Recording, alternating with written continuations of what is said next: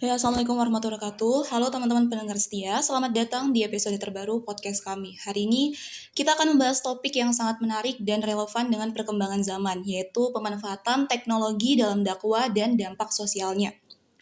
Teknologi kini berkembang pesat dan tentu saja ini berdampak juga pada cara dakwah yang dilakukan. Bersama dengan saya hari ini ada seorang yang berpengalaman dalam menggunakan teknologi untuk menyebarkan pesan kebaikan. Selamat datang Kak Diana yang akan berbagi ilmu bersama kita juga pada podcast hari ini. Baik, teknologi jelas mengubah banyak aspek di kehidupan kita, termasuk dakwah. Menurut Kak Diana, bagaimana peran teknologi dalam memperluas jangkauan dakwah saat ini? Teknologi telah menjadi alat yang sangat penting sama era digital pada zaman sekarang. Dulu, dakwah itu hanya bisa dilakukan secara tatap muka, ceramah di masjid, majelis taklim, atau kegiatan keagamaan yang lainnya. Tapi dengan hadirnya teknologi, dakwah bisa dilakukan secara media sosial, terutama saat kita menggunakan metode podcast kali ini. Nah, selain podcast, dakwah juga bisa melalui seperti website atau platform media yang lainnya. Ini memungkinkan kita untuk lebih menyampaikan pesan itu kepada audiens itu lebih luas atau tidak membatasi waktunya. Misalnya kita bakal mendengarkan ceramah atau membaca tulisan itu kapan saja, di mana saja, hanya dengan menggunakan smartphone. Begitu, Pak. Jadi dengan teknologi, batasan geografis bukan lagi masalah ya? Jadi, menurut Kak Diana, bagaimana teknologi membantu mempercepat penyebaran pesan dakwah terutama di kalangan anak muda saat ini? Betul saja. Teknologi itu memudahkan kita untuk menjangkau lebih banyak orang, terutama generasi muda saat ini itu merupakan sangat akrab dengan dunia digital. Nah, anak muda sekarang itu lebih sering mendapatkan informasi itu melalui media sosial, apalagi TikTok ya. Karena di TikTok itu ribuan ada, dakwah juga pasti ada banyak. Nah, dengan memanfaatkan platform media ini, kita bisa menyampaikan pesan itu lebih relevan dan menarik. Karena kalau sudah di-upload ke sosial media, pasti menarik itu menurut saya. Nah, konten dakwah itu juga bisa dikemas dalam bentuk video pendek. Bisa juga dalam bentuk infografis atau bisa jadi dibuat meme yang kemungkinan bisa atau meme tersebut harus dipahami oleh generasi milenial dan generasi Gen Z seperti itu. Wah, sangat menarik ya, karena kita sering melihat video ceramah atau kajian yang viral di media sosial. Tapi tentu saja ada tantangan juga pastinya. Apa saja sih tantangan yang muncul dari pemanfaatan teknologi dalam dakwah? Tantangan teknologi di dalam dakwah ya, tantangan itu pasti ada tentunya Tanji. Salah satunya adalah informasi yang tidak verifikasi atau lebih tepatnya hoax yang disebarkan oleh dalih agama.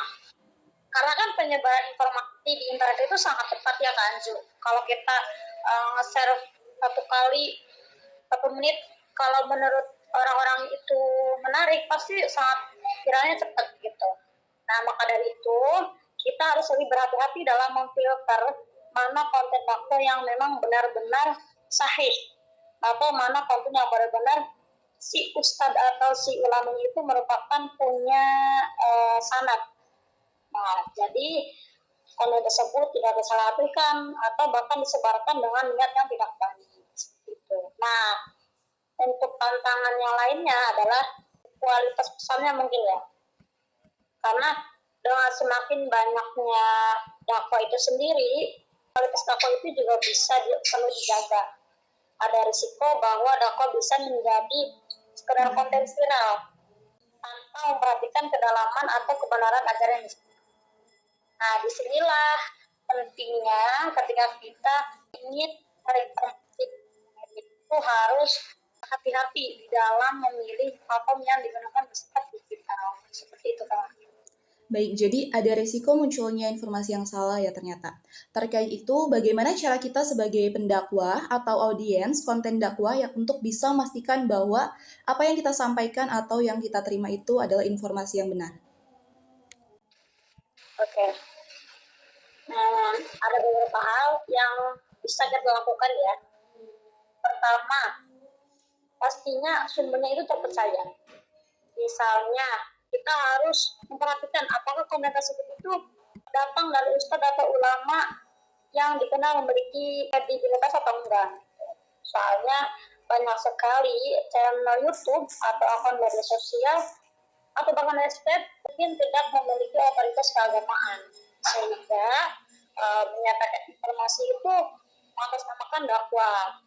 Itu yang pertama. Terus yang kedua itu kita harus membandingkan informasi yang kita terima dengan sumber lain. Dalam Islam itu, Tanjuk, kita diajarkan untuk tabayun. Tabayun itu adalah memastikan informasi ini sebelum kita disebarkan. Nah, apabila kita ragu di dalam kebenaran atau suatu pesan, jangan langsung membagikannya. Tetapi caranya adalah konsultasikan dulu dengan ustaz yang kita percaya atau kita cari referensi dari Al-Quran atau hadis. Itu yang kedua ya.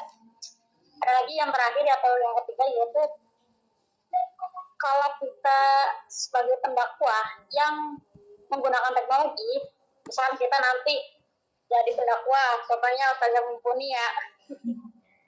Itu kan Ustazah Mumpuni itu kan kebanyakan beliau menggunakan teknologi ya, karena ketika beliau ceramah itu pasti disebarkan di sosial media. Nah, kita itu harus memanfaatkan platform digital dengan bijak.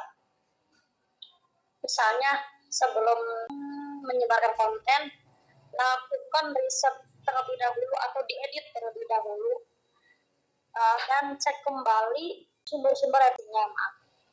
Jangan hanya sekedar kita membuat konten lalu kita hanya mengejar likes atau viewersnya saja ya, tetapi pastikan pesan yang kita sampaikan itu benar-benar mengandung manfaat dan seperti itu kan Jo.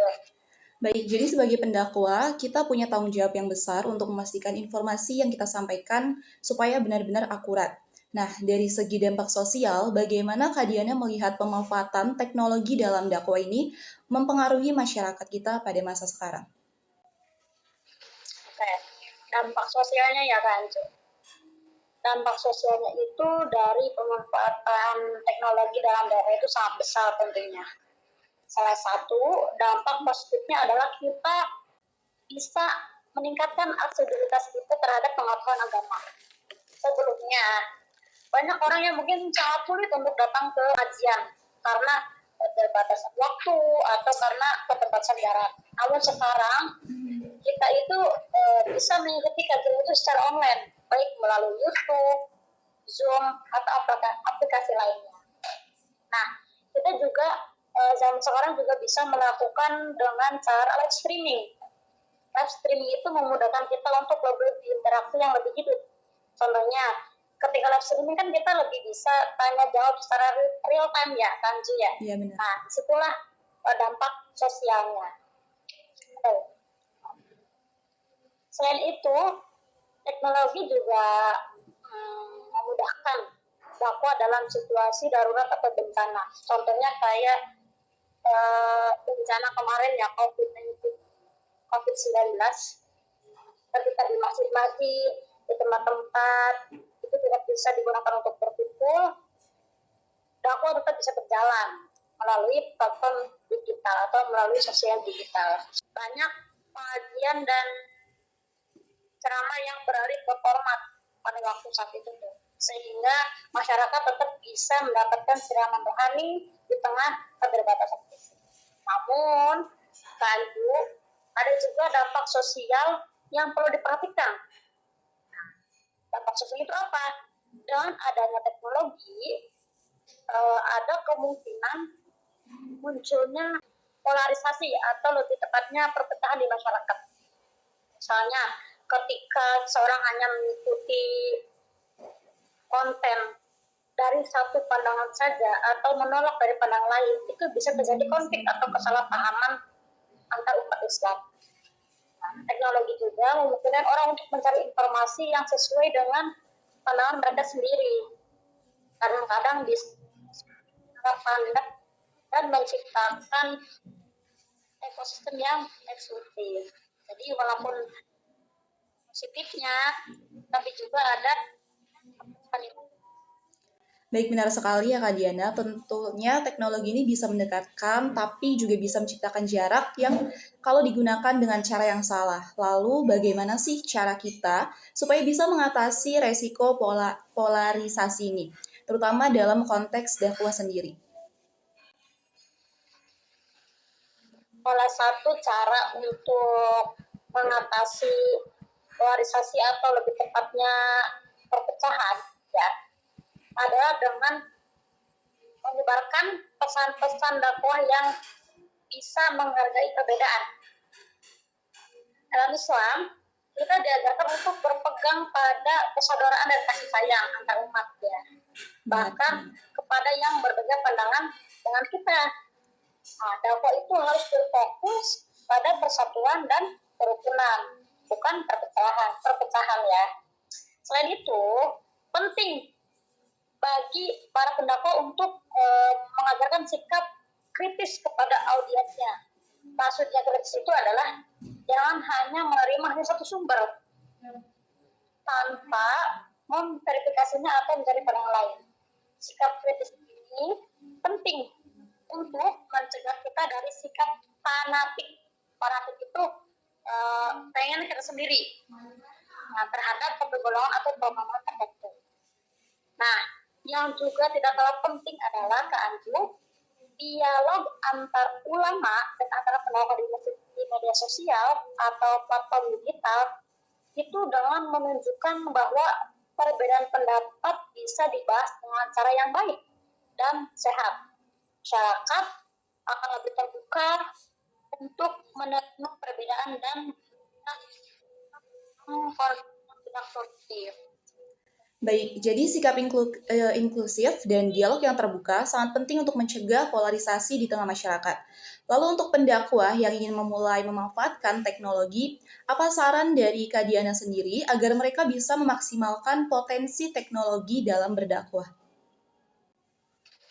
Sarannya menurut saya ya kan, pertama mereka itu atau audiens itu harus memahami yaitu teknologi memungkinkan kita untuk menjangkau audiens yang sangat beragam dari berbagai latar belakang, usia, pendidikan, dan pemahaman agama.